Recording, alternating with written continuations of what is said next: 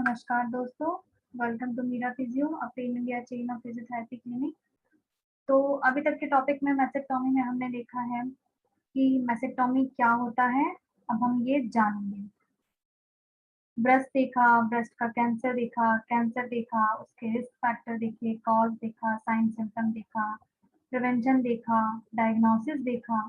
अब हम देखेंगे कि मैसेक्टॉमी में सर्जरी क्या होती है और मैसेक्टॉमी क्या होता है। जो एक सर्जरी है, टाइप ऑफ सर्जरी मैसेक्टॉमी, इसमें क्या होता है अब हम ये देखेंगे। चलिए आज के टॉपिक में हम आगे बढ़ते हैं।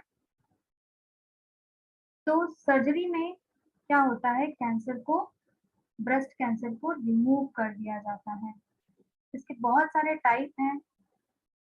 तो चलिए हम शुरू करते हैं आज का सर्जरी का टॉपिक। मैसेक्टॉमी की जो सर्जरीज हैं वो, और साथ में ब्रेस्ट कैंसर की जो सर्जरी है उसका टॉपिक हम शुरू करते हैं। तो सबसे पहले होता है लंपेक्टॉमी।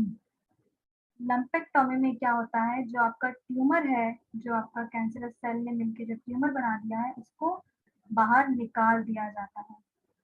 ठीक है। और जो उसके आसपास के जो टिश्यूज हैं वो वहीं पे रहते हैं ब्रेस्ट के साथ ही। ठीक है। सिर्फ ट्यूमर को निकालते हैं, लंप को निकालते हैं, इसलिए उसे लंपेक्टॉमी कहते हैं। मेस्टेक्टॉमी। मेस्टेक्टॉमी में हम पूरा ब्रेस्ट रिमूव कर देते हैं।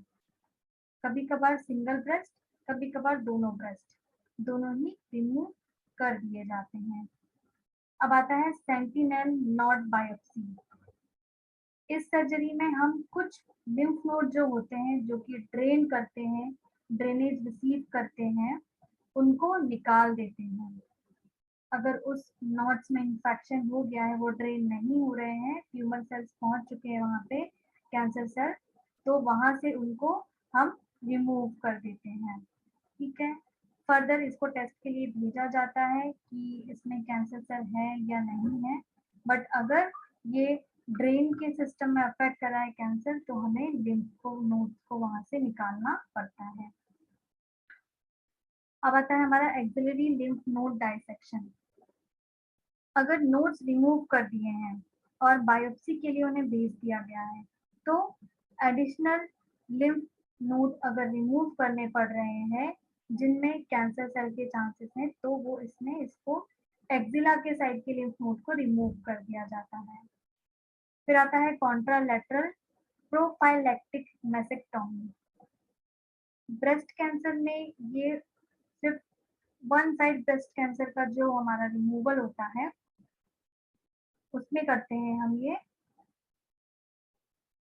तो इस सर्जरी में जो आपका हेल्दी ब्रेस्ट होता है, अगर उसमें चांसेस हैं कि आपको कैंसर हो सकता है, तो उसे रिमूव कर दिया जाता है।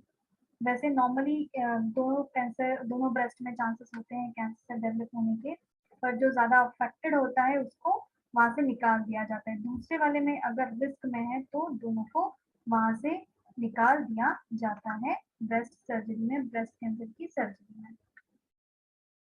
अब इसके नेक्स्ट ट्रीटमेंट में हम देखते हैं रेडिएशन थेरेपी।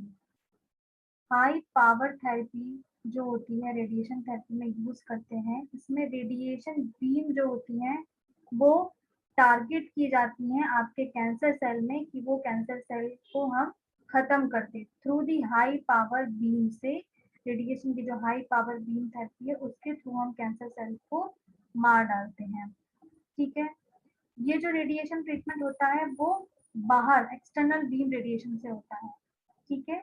तो एक बहुत बड़ी मशीन आउट ऑफ बाहर बॉडी के बाहर लगाई जाती है, जिससे ये बीम को छोड़ा जाता है, रेडिएशन बीम को उसमें छोड़ा जाता है। अब एडवांस ट्रीटमेंट में क्या हो गया है कि हम इस बीम को बॉडी के अंदर ही छोड़ते हैं, जिसे हम कहते हैं ब्रैकेथेरेपी। ब्रैकेथेरेपी में जो बीम, जो मशीन, बहुत बड़ी मशीन बाहर लगानी पड़ती है, ये नहीं करना पड़ता है। हम इसमें इरेडिएट कैंसर सेल को मारने के लिए हम उसमें अंदर में ही बीम छोड़ते हैं। ठीक है, जिसे हम कहते हैं ब्रैकेथेरेपी। तो इसके साथ ही साथ ब्रैकेथेरेपी जब हम करते हैं तो वहाँ पे एक रेडियो एक्टिव शीट्स या प्लेट्स भी बॉडी के अंदर वहाँ पे लगा दी जाती है ट्यूमर सेल के साइड में, जो वहाँ रहती है कुछ समय के लिए। जो कि वहाँ पे जो कैंसर सेल है उनको डिस्ट्रॉय करती हैं। ब्रैकेट में हम ऐसा करते हैं कि वहाँ पे छोटे सीड्स या पैलेट्स जो है हम लगा देते हैं कैंसर साइट में, और वो वहाँ पे कुछ समय तक रख देते हैं ताकि वो कैंसर सेल को मारते रहें। तो ये हमारा रेडिएशन थेरेपी। फिर आता है हमारा कीमोथेरेपी। कीमोथेरेपी में हम दवाइयों से, ड्रग से हम कैंसर सेल को खत्म करते हैं। ठीक है। कुछ सर्जन ऐसा भी करते हैं कि सर्जरी के पहले कीमोथेरेपी देते हैं ताकि जो ट्यूमर एरिया है वो थोड़ा सिकुड़ जाए और आसानी से हम उसकी सर्जरी कर सकें। अगर वो श्रिंक हो गया है उसके बाद सर्जरी करते हैं तो वो ज़्यादा हेल्पफुल रहती है सर्जन के लिए, इजीली रिमूव हो जाता है वहाँ से। इसीलिए कभी कभार कुछ सर्जन सर्जरी के पहले भी कीमोथेरेपी देते हैं, पर कीमोथेरेपी के बहुत सारे साइड इफेक्ट देखने को गए हैं, इसलिए ये थोड़ा सेफ नहीं है। तो ये था हमारा कीमोथेरेपी। अब आता है हार्मोन थेरेपी। ये भी कैंसर सेल का जो सेंसिटिव हार्मोन होते हैं, इसमें हम हार्मोन थेरेपी यूज करते हैं। फीमेल्स में दो हार्मोन होते हैं, ईस्ट्रोजन और प्रोजेस्टेरोन। ये दोनों ही क्या करते हैं, स्टिमुलेट, अगर इनके साथ कैंसर सेल बाइंड हो गए हैं तो ये कैंसर सेल को बढ़ावा देते हैं। इसलिए हार्मोन थेरेपी से हम क्या करते हैं, इनके प्रोडक्शन पे, जो हमारी बॉडी प्रोडक्ट कर रही है ईस्ट्रोजन प्रोजेस्टेरोन, उसके प्रोडक्शन पे रोक लगा देते हैं, ब्लॉक कर देते हैं रिसेप्टर्स को, जिसके कारण कि बहुत कम मात्रा में निकलता है या ना के बराबर वहां से हार्मोन निकलते हैं, तो ये कैंसर सेल को ग्रो नहीं करते हैं। इसलिए हार्मोन थेरेपी भी हम दे सकते हैं। मेडिकेशन में कुछ मेडिकेशन ऐसे होते हैं जो एबनॉर्मलिटीज जो हो रही हैं और जो कैंसर सेल जो बार बार परिवर्तन हो रहा है, एबनॉर्मली ग्रो हो रहा है, उसके लिए देते हैं। जैसे कि हर्सेप्टिन, ये क्या करता है, HER2 प्रोटीन, जो कि क्या काम करता है, HER2 प्रोटीन जो कि हमारी बॉडी में कैंसर सेल को पेट्रोल की तरह काम देता है, उनको बढ़ावा देता है। तो ये जो मेडिसिन है ये उसको रोक देती है, उसकी प्रोडक्शन को स्लो कर देती है, जिसके कारण की कैंसर की ग्रोथ भी जो होती है वो स्लो होती है। ठीक है। तो मेडिकेशन में हम हर्सेप्टिन ले सकते हैं जो कि HER2 प्रोटीन को ब्लॉक कर देती है। अब आता है हमारा मेस्टेक्टॉमी। मेस्टेक्टॉमी मतलब होता है एंटायर ब्रेस्ट, पूरे ब्रेस्ट का रिमूव होना, या तो एक ब्रेस्ट का या दो ब्रेस्ट का रिमूव होने को हम कहते हैं मेस्टेक्टॉमी।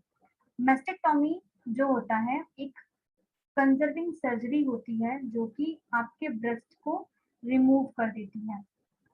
ठीक है। साथ ही साथ मेस्टेक्टॉमी में अगर आप चूज कर रहे हैं तो ये जरूरी नहीं है कि आप मेस्टेक्टॉमी ही सिलेक्ट करें। ये आप पे डिपेंड करता है कि आपको कौन सी सर्जरी करवानी है, कौन सी नहीं करवानी है।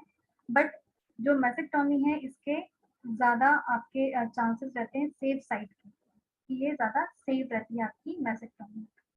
जो वीमेन्स हायर रिस्क में होती हैं कि उन्हें दोबारा कैंसर सेल आ सकता है या दूसरे ब्रेस्ट में भी हो सकता है, तो वो मेस्टेक्टॉमी ही सिलेक्ट करती हैं। इसमें या तो एक ब्रेस्ट निकाल दिया जाता है या दोनों ही ब्रेस्ट निकाल दिए जाते हैं मेस्टेक्टॉमी में। ये देखिए, एक पूरा ब्रेस्ट रिमूव हो जाता है और यहाँ पे स्कार निशान छोड़ जाता है, इस तरीके का आपका मेस्टेक्टॉमी होता है। अब हम बात करेंगे टाइप, कितने प्रकार की मेस्टेक्टॉमीज होती हैं। बहुत तरह की मेस्टेक्टॉमीज होती हैं, डिपेंड करता है कि ट्यूमर पे, टिश्यूज पे, कि इसे कैसे रिमूव करना है, किधर से रिमूव करना है, उन पे डिपेंड करता है। चलिए हम बात करते हैं हमारे मेस्टेक्टॉमी पे। सबसे पहले हम बात करेंगे सिंपल और टोटल मेस्टेक्टॉमी। जो सिंपल और टोटल मेस्टेक्टॉमी होते हैं उसमें हम पूरा ब्रेस्ट रिमूव कर देते हैं, इसमें साथ साथ में निप्पल भी निकलता है, एरोला भी और स्किन भी। निप्पल, एरोला, स्किन और पूरे ब्रेस्ट का जो रिमूवल है उसको हम कहते हैं सिंपल और टोटल मेस्टेक्टॉमी। कुछ अंडर आर्म्स के लिम्फ नोड्स भी इसमें निकल जाते हैं। साथ ही साथ ये डिपेंड करता है आपकी सिचुएशन पे, कि लिम्फ नोड जो है वो निकालना सिचुएशन पे डिपेंड करता है।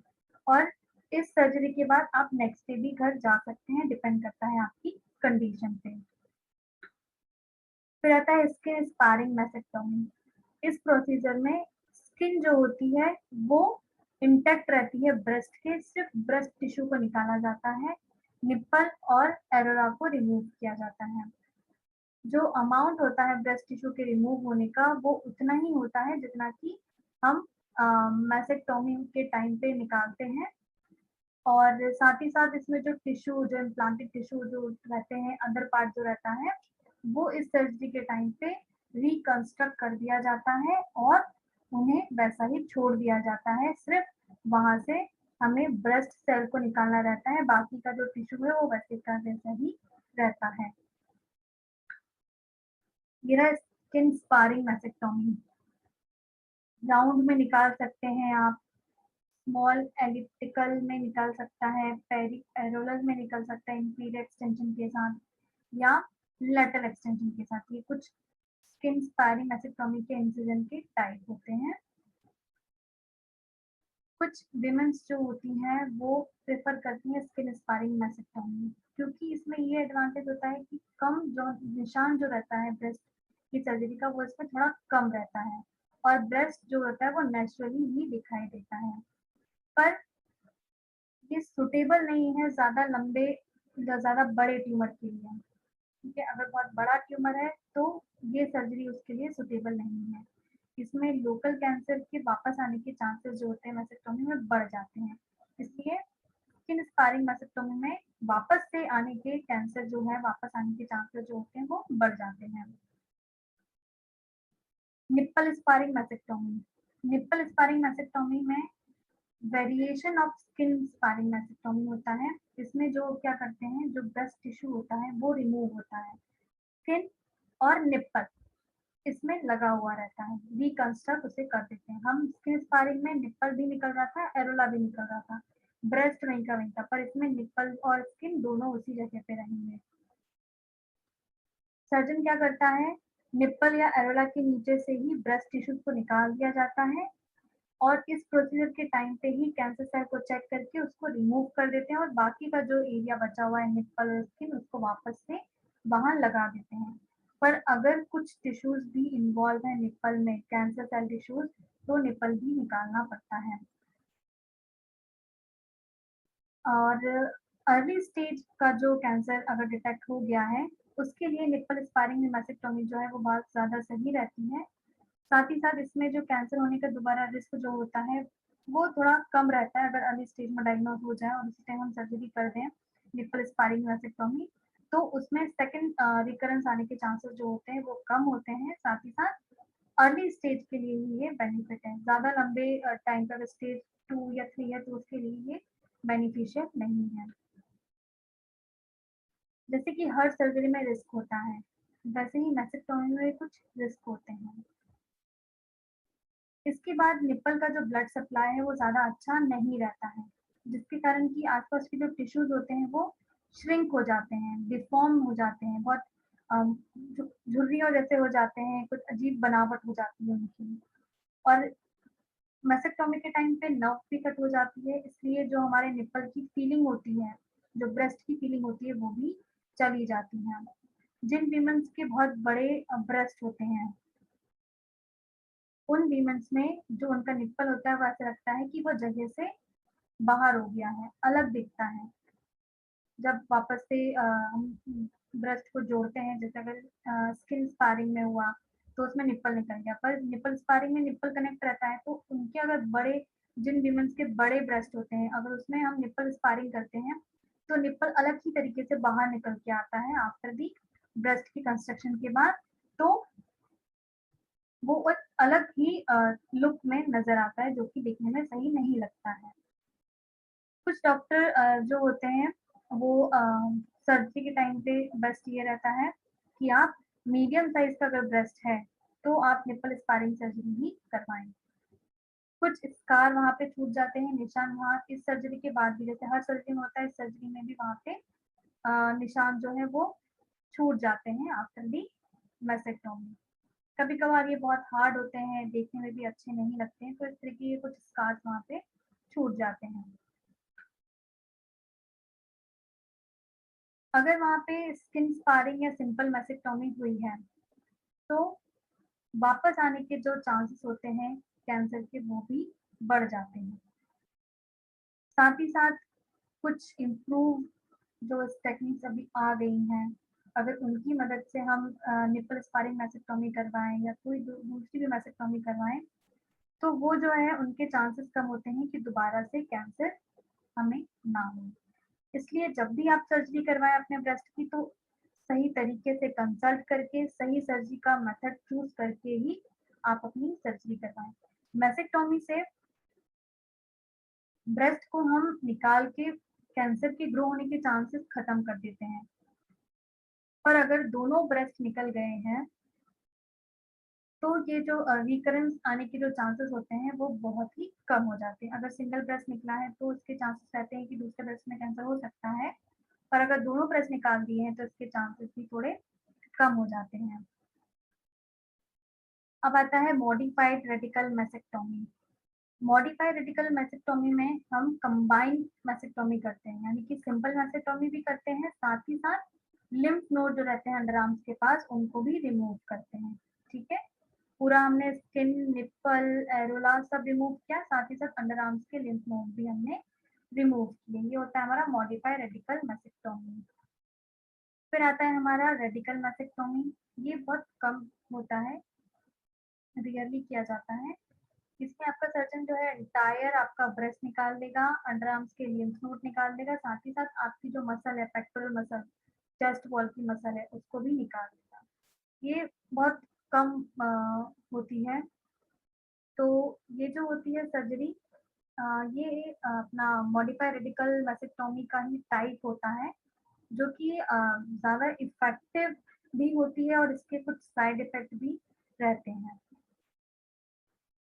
ये हम उस कंडीशन में करते हैं जब आपका जो ट्यूमर है वो बहुत बड़ा है और उसने आपकी मसल्स को भी अफेक्ट कर दिया है, पेक्टोरल मसल्स स्पेशली अगर उसको भी अफेक्ट कर दिया है, तब रेडिकल मैसेक्टोमी की जाती है। ठीक है, तो ये रहा हमारा रेडिकल मैसेक्टोमी, जिसमें एंटायर ब्रेस्ट निकाला जाता है, लिम्फ नोड निकाले जाते हैं, चेस्ट वॉल भी निकाल दिया जाता है। अब आता है डबल मैसेक्टोमी। डबल मैसेक्टोमी में दोनों ही हमारे ब्रेस्ट जो है वो निकाल दिए जाते हैं। इससे सबसे बड़ा फायदा ये होता है कि दोबारा आने के चांसेस जो होते हैं कैंसर के, वो बहुत कम हो जाते हैं। जो हाई रिस्क में अगर कोई है ब्रेस्ट कैंसर के, तो उसके दोनों ब्रेस्ट निकालना ही सबसे सही ऑप्शन होता है। साथ ही साथ जीन म्यूटेशन के चांसेस भी इसमें कम हो जाते हैं। और कुछ लोग जो है डबल मैसेक्टोमी में सिंपल मैसेक्टोमी जो हमारा टाइप था उसको सिलेक्ट करते हैं। कुछ लोग निप्पल स्पारिंग भी यूज करते हैं ताकि वहाँ पे ब्रेस्ट बना रहे। और डबल मैसेक्टोमी में जो आपका जो प्लान होता है, ट्रीटमेंट प्लान, इसमें अगर आप डबल मैसेक्टोमी सिलेक्ट कर रहे हैं तो ये काफी सही मैसेक्टोमी होती है कैंसर को खत्म करने के लिए। अब मैसेक्टोमी में क्या होता है, पूरा निप्पल निकाल, पूरा ब्रेस्ट निकाल दिया जाता है।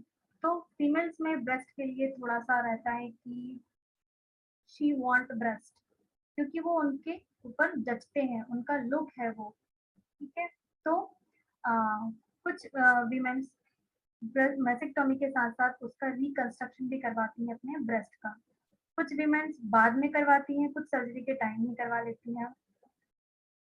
तो रिकंस्ट्रक्शन जब होता है मैसेक्टोमी का, वो हम या तो हम पहले कर बाद में करवा सकते हैं या सर्जरी के टाइम पे भी करवा सकते हैं। इसमें एक आर्टिफिशियल जो हमारा ब्रेस्ट होता है उसको वहाँ पे रिकंस्ट्रक्ट कर दिया जाता है। कुछ वीमेंस होती हैं जो प्रोस्थेसिस भी यूज करती हैं, जो कि ब्रेस्ट का फॉर्म जैसा ऑप्शन होता है, जिसे हम कपड़ों के अंदर पहन सकते हैं, जिसके अंदर सिलिकॉन का एक परत रहती है, जिसे निकाल के हम ब्रेस्ट के ऊपर चिपका सकते हैं। तो उस कारण से वो वहाँ पे प्रोस्थेसिस जैसा दिखाई देता है। तो कुछ वीमेंस ब्रेस्ट प्रोस्थेसिस भी यूज करती हैं। ठीक है, ब्रेस्ट प्रोस्थेसिस जो होता है वो ज्यादा सही होता है। जो आपका फ्लैट हो जाता है ब्रेस्ट एरिया, उसको हटाने के लिए ब्रेस्ट जो प्रोसेस होते हैं वो ज़्यादा सही साबित होते हैं। अब हम देखेंगे इसके साइड इफ़ेक्ट क्या है हमारे मैसेक्टोमी के। हर एक सर्जरी के साइड इफ़ेक्ट होते हैं, ऐसे ही कुछ मैसेक्टोमी के भी साइड इफ़ेक्ट हैं। इसमें हमें दर्द होता है, टाइटनेस महसूस होती है सर्जरी के साइड पे, सूजन आ सकती है, वहाँ पे आपका जो घाव है उसमें जो है ब्लड फ्लूइड जो होता है, ब्लड वो भर सकता है। और उसमें जो माँ का घाव है उसमें आपका क्लियर फ्लूइड पस जैसा भी कुछ भरा दिखाई दे सकता है, जिसका सबसे बड़ा साइड इफेक्ट है कि ब्लड और फ्लूइड जैसी चीजें वहां पे फिल हो जाती हैं, दर्द भी बहुत ज्यादा होता है। हमारे जो कंधा और आर्म जो है उसका जो मोशन है वो रिस्ट्रिक्टेड हो जाता है। हमारे सीने में, अपर आर्म में नमनेस बनी रहती है, कुछ महसूस जैसा नहीं होता है। नर्व कंप्रेशन जैसी चीजें देखी जाती हैं हमारे चेस्ट वॉल में, बहुत तेज बर्न जैसा, बहुत झटके से बहुत तेज एक दर्द महसूस होता है नर्व कंप्रेशन के कारण, चेस्ट में, अंडर आर्म्स में, आर्म्स में। और इसे हम कहते हैं पोस्ट मैसेक्टोमी पेन सिंड्रोम या PMPS। अगर एक्सिलरी लिम्फ नोड निकल गए हैं तो उसमें हमें लिम्फोडीमा, हाथी पाँव जिसे हम कहते हैं, वो भी देखने को मिलता है। इन सब ऑपरेशन के बाद ब्लीडिंग, इन्फेक्शन, ये सब भी सर्जरी के साइड में देखने को मिलता है। तो ये हमारा साइड इफेक्ट था हमारे मैसेक्टोमी का। तो हमारा ये रहा आज का टॉपिक, मैसेक्टोमी जो एक सर्जरी है वो कैसे होती है, कितनी प्रकार की होती है, और उसमें रिकंस्ट्रक्शन करवाना है ब्रेस्ट का तो वो भी हो सकता है, और प्रोस्थेसिस यूज करना है तो वो भी हो सकता है, और इसके क्या क्या साइड इफेक्ट देखने को मिलते हैं वो भी है। तो ये हमारा आज का टॉपिक रहा मैसेक्टोमी। मैं आशा करती हूँ कि आपको ये पसंद आया हो, आपको ये हेल्दी रहने में, फिट रहने में मदद करे। Thank you so much.